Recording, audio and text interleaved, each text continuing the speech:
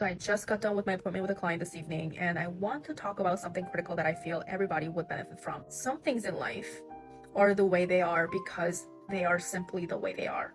In other words, there's no amount of spiritual healing that you can do to make something happen for you. I want you to be really careful about this because a lot of people seem to think that the reason why something doesn't work on the physical realm and the physical reality is always a direct representation of something not going well in the spirit realm.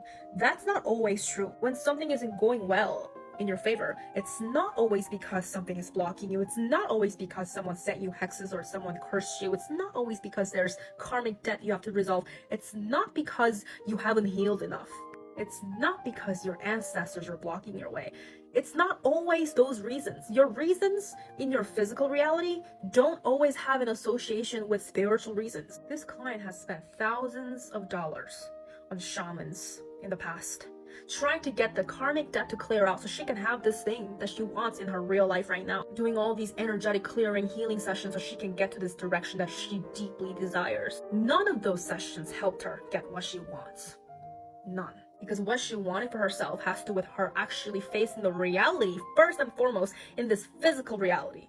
Nothing spiritual. It required her to actually step up, actually look at herself and look at her life practically. Not everything in your life is spiritual, guys. It simply is not true. You also have to understand, just because someone presents herself with a certain label, it doesn't make that person legitimate, valid, or credible either. A lot of people out here disguising themselves as spiritual healers, shamans, gurus, or whatever they call themselves, they're out here to capitalize off of your vulnerabilities. So when you're desperate, when you're so desperate to find answers as to why something is not working out in your favor, you go to these people thinking that there's possibly something blocking me. There's spiritual reasons behind why something's not working out. And sometimes there are, guys, okay? I'm not saying that that's not a real thing. There are some cases where there are genuinely, ancestors that need to be venerated, or there are blockages that need clearing. But a lot of the times, it has nothing to do with spirituality. It has nothing to do with spiritual world. Oftentimes, people are cursing themselves in their own head because they're believing that there's a curse. Do you know how powerful your mind is? Do you know how much detriment it can cause on you when you start believing that there's a blockage that you have to clear out first, that you have to serve some karmic debt first